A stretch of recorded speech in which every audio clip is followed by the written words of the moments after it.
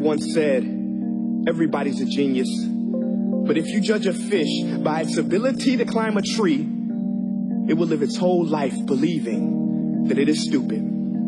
Ladies and gentlemen of the jury, today on trial we have modern day schooling. Glad you could come. Not only does he make fish climb trees, but also makes them climb down and do a 10-mile run. Tell me, school, are you proud of the things you've done? Turning millions of people into robots, do you find that fun?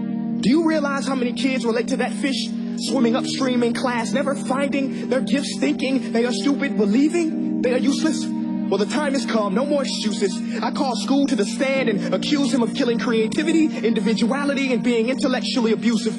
He's an ancient institution that has outlived his usage. So, Your Honor, this concludes my opening statement, and if I may present the evidence of my case, I will prove it. Proceed. Exhibit A. Here's a modern-day phone. Recognize it? Here's a phone from 150 years ago. Big difference, right? Stay with me. Here's a car from today, and here's a car from 150 years ago.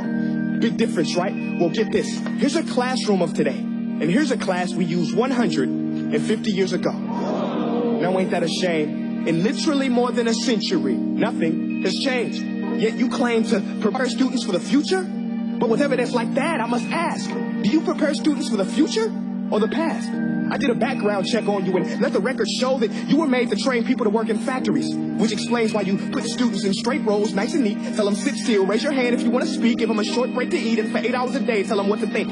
Oh, and make them compete to get an A, a letter which determines product quality, hence grade A of meat. I get it. Back then, times were different. We all have a past. I myself am no Gandhi. But today, we don't need to make robots zombies. The world has progressed, and now we need people who think creatively, innovatively, critically, independently, with the ability to connect. See, every scientist will tell you that no two brains are the same, and every parent with 2 or more children will confirm that claim. So please explain why you treat students like cookie-cutter frames or snapback hats, giving them this one-size-fits-all crap. Watch your language. Sorry, Your Honor, but if a doctor prescribed the exact same medicine to all of his patients, the results will be tragic. So many people would get sick, yet when it comes to school, this is exactly what happens, this educational malpractice, where one teacher stands in front of 20 kids, each one having different strengths, different needs, different gifts, different dreams, and you teach the same thing the same way? That's horrific.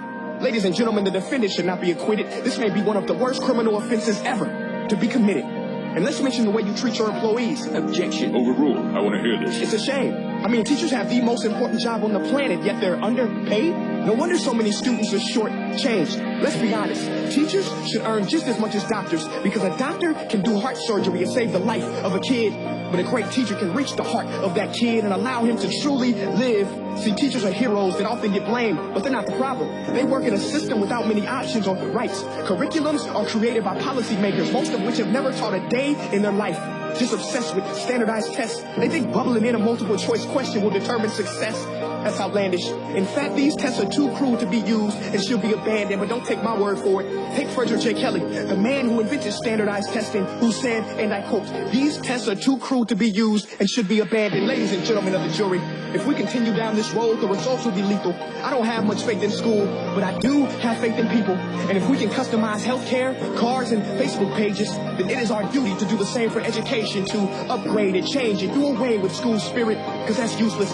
Unless we're working to bring the spirit out of each and every student, that should be our task. No more Common Core. Instead, let's reach the core of every heart in every class. Sure, math is important, but no more than art or dance. Let's give every gift an equal chance. I know this sounds like a dream, but countries like Finland are doing impressive things. They have shorter school days. Teachers make a decent wage. Homework is non-existent, and they focus on collaboration instead of competition. But here's the kicker, boys and girls. Their educational system outperforms every other country in the world. Other places like Singapore are succeeding rapidly. Schools like Montessori, programs like Khan Academy, there is no single solution. But let's get moving, because while students may be 20% of our population, they are 100% of our future. So let's attend to their dreams, and there's no telling what we can achieve. This is a world in which I believe, a world where fish are no longer forced to climb trees. I'll rest my case.